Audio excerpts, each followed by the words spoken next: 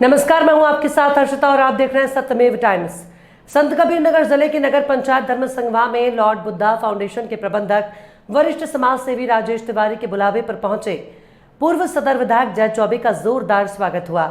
लोकसभा चुनाव को लेकर पार्टी प्रत्याशी इंजीनियर प्रवीण निषाद के पक्ष में माहौल बनाने की कवायद में जुटे पूर्व विधायक जय चौबे जैसे ही धर्म संघवा में पहुंचे, वैसे ही वरिष्ठ समाज सेवी राजेश तिवारी और उनके समर्थकों ने उनका जोरदार स्वागत करते हुए उन्हें नगर भ्रमण कराया। नगर भ्रमण के दौरान पूर्व विधायक जय चौबे ने केंद्र में एक राष्ट्रवादी पार्टी की सरकार बनाने की अपील करते हुए जनता को बीजेपी की नीतियां और उनकी मंशा के संबंध में अवगत कराया। पब्लिक कन्वेंशन के दौरान पूर्व विधायक जय चौबे ने कांग्रेस, सपा और बसपा पर जमकर हमला बोला। उन्होंने कहा कि आज दो विचारधाराओं की लड़ाई है। 2024 में मजबूर नहीं बल्कि मजबूत सरकार की जरूरत है। देश के सर्वमान्य नेता स्वर्गीय पंडित अटल जी वाजपेयी ने बीजेपी की सरकार चलाने के दौरान देश को परमाणु शक्ति से संपन्न किया। उन्होंने एक ऐसा अस्त्र शस्त्र हथियार तैयार किया जिसके चलते देश ताकतवर हुआ। उनके द्वारा किए गए इस कार्य पर पूरे देश के लोग उस वक्त गौरवान्वित हुए। पूर्व विधायक ने कहा कि भारतीय जनता पार्टी के यशस्वी प्रधानमंत्री नरेंद्र मोदी जी ने जो नारा दिया, सबका साथ सबका विकास का, वो वर्ष 2014 से लेकर 2024 के चुनाव तक सार्थक रहा। बीजेपी की सरकार ने आज तक कभी जाति, धर्म और मजहब पर राजनीति नहीं की। बीजेपी सरकार ने सैकड़ों ऐसी जनकल्याणकारी योजनाएं पूरे देश में बिना किसी भेदभाव के चलाई, जिसके चलते गरीब, पीड़ित और शोषित पिछड़े लोगों का जीवन स्तर ऊंचा उठा। आज जनता पूरी तरह से भारतीय जनता पार्टी के साथ है। पूर्व विधायक ने कहा कि डॉक्टर भीमराव अंबेडकर, पंडित दीनदयाल उपाध्याय और श्यामा प्रसाद मुखर्जी का जो सपना था, उस सपने को बीजेपी ने साकार किया है। शिक्षा, स्वास्थ्य और बिजली जैसी बुनियादी व्यवस्थाएं आज मजबूत हुई हैं, जो सिर्फ बीजेपी की ही देन है। राष्ट्र के साथ आम लोगों के उत्थान के लिए भारत के प्रधानमंत्री नरेंद्र मोदी जी ने जो किया, वो सबको पता है। मोदी जी ने ऐसी तमाम सरकारी योजनाओं को चलाया जिसका सीधा लाभ समाज के अंतिम पायदान पर खड़े व्यक्ति को मिल रहा है। आज हम विश्व गुरु बन सकें और अधिक शक्तिशाली बन सके, इसके लिए केंद्र में आदरणीय मोदी जी के नेतृत्व वाली तीसरी सरकार की जरूरत है। देश में मोदी जी के नेतृत्व में बीजेपी की तीसरी सरकार बन सके, इसलिए सभी को राष्ट्रवादी विचारधारा के साथ आकर बीजेपी को मजबूत करने की जरूरत है।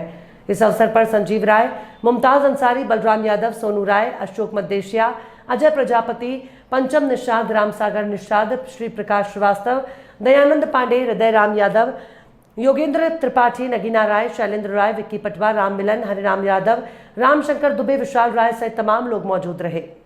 माताएं, बहने, नौजवान मित्रों, पत्रकार बंधुओं, सबसे पहले इस सभा के आयोजनकर्ता श्री राजेश तिवारी को मैं हृदय से धन्यवाद देता हूं, जो इस चुनाव के समय में हम सभी लोगों का इस समय एक महत्वपूर्ण चुनावी सहयोग आपने किया। हम और सांसद प्रवीण निषाद जी, हमारे भारतीय जनता पार्टी के सभी लोग आपका ये सम्मान, आज का ये सहयोग हमेशा याद रखेंगे। सम्मानित बंधुओं, देश में लोकसभा के चुनाव हो रहे हैं। आज दो विचारधाराओं की लड़ाई है।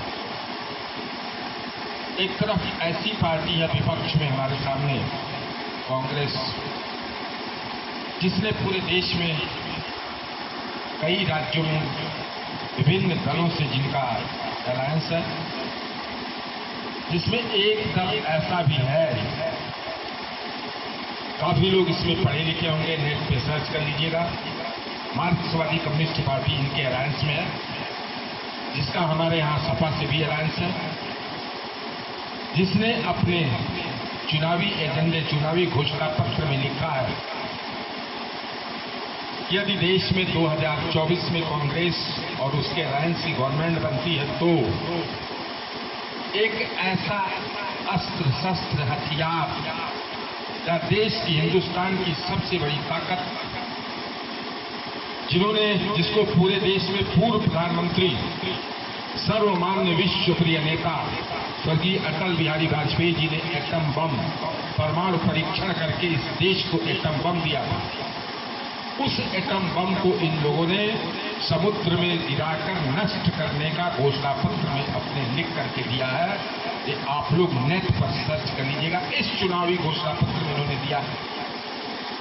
ये देश को कमजोर करने वाली ताकतें हैं और एक तरफ ऐसी विचारधारा है जिसने नारा दिया है सबका साथ सबका विकास। वर्ष 2014 से लेकर के इस चुनाव तक कभी जाति, धर्म, मजहब का भेदभाव भारतीय जनता पार्टी ने नहीं किया। सैकड़ों ऐसी जन कल्याणकारी योजनाएं पूरे देश में चलाई गई जिससे देश और देशवासियों का बिना किसी भेदभाव का, गरीबों का, शोषितों का, पीड़ितों का, कमजोर वर्ग का उत्थान हुआ। जो डॉक्टर, संविधान रचना के प्रमुख डॉक्टर भीमराव अंबेडकर, डॉक्टर दीनदयाल उपाध्याय जी का, श्यामा प्रसाद मुखर्जी जी का जो सपना था कि समाज के सभी लोग वंचित, गरीब, शोषित, पीड़ित, कमजोर मुख्य धारा में स्थापित हो सके, उसी परिप्रेक्ष्य में काम करते हुए देश के प्रधानमंत्री आदरणीय नरेंद्र मोदी जी ने देशवासियों के उत्थान के लिए कोई कसर नहीं छोड़ी।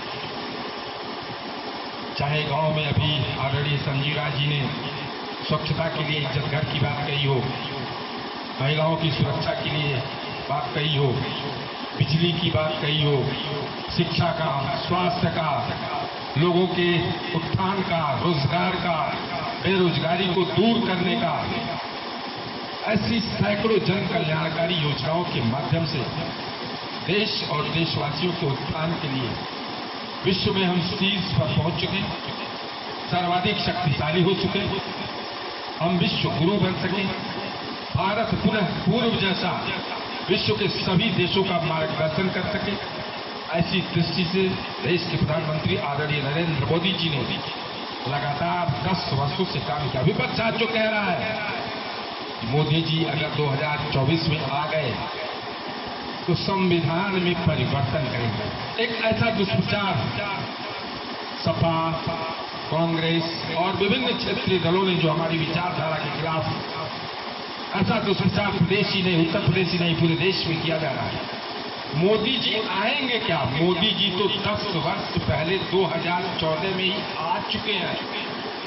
10 वर्ष में उन्होंने संविधान से कोई छेड़छाड़ नहीं किया। अब ये सब झूठी बातें, लोगों को गुमराह करने वाला एक मैसेज, ऐसे बयान निश्चित रूप से मुझे लगता है दुर्भाग्यपूर्ण है।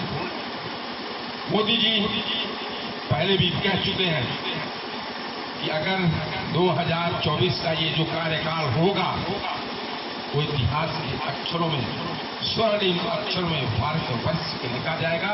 अगले 6 महीनों में भी 4 जून में मतगणना के बाद ही निश्चित रूप से देश के प्रधानमंत्री आदरणीय नरेंद्र मोदी जी ही बनने वाले हैं और जो अगला 6 महीना होगा वह इस देश के लिए विश्व के स्वर्णिम अक्षरों में भारतवर्ष का इतिहास लिखने वाला होगा, जिसमें देशवासियों के लिए, कल्याण के लिए निश्चित रूप से कुछ बहुत बड़े बड़े कदम आदरणीय प्रधानमंत्री नरेंद्र मोदी जी उठाने वाले हैं। ऐसे उनकी भाषणों से, टीवी के माध्यम से, अखबारों के माध्यम से लगातार जो चुनावी सभाएं हो रही हैं, उनके स्टेटमेंट्स के माध्यम से ऐसा हम सभी को सुनने को, देखने को मिल रहा है। आज आप सभी के बीच हम सभी को आने का मौका मिला, जो सम्मान आपने दिया, निश्चित रूप से मैं उसके लिए धन्यवाद देता हूं, आभार व्यक्त करता हूं, अपील करता हूं कि ऐसी ताकतों को बेनकाब करते हुए हम ऐसे लोगों के साथ खड़े हों जिसने जाति, धर्म और मजहब के आधार पर कभी कार्य नहीं किया, जिसने सबका विकास, सबका साथ की हमेशा बात किया। और आज के हमारे वर्तमान में सांसद और वर्तमान में प्रत्याशी आदरणीय प्रवीण निषाद जी के चुनाव चिन्ह कमल के सामने जो भारतीय जनता पार्टी के हमारे उम्मीदवार हैं, आने वाले 25 तारीख को इस धर्म सिंहवा नगर पंचायत से मैं आपसे अपील करूंगा, अनुरोध करूंगा, इतना मत दिला दीजिए कि पूरे हमारे लोकसभा क्षेत्र में जितनी भी नगर पंचायतें हैं, सर्वश्रेष्ठ प्रदर्शन इस नगर पंचायत का हो। निश्चित रूप से आने वाले दिनों में जिस दिन प्रवीण जी सांसद बनेंगे,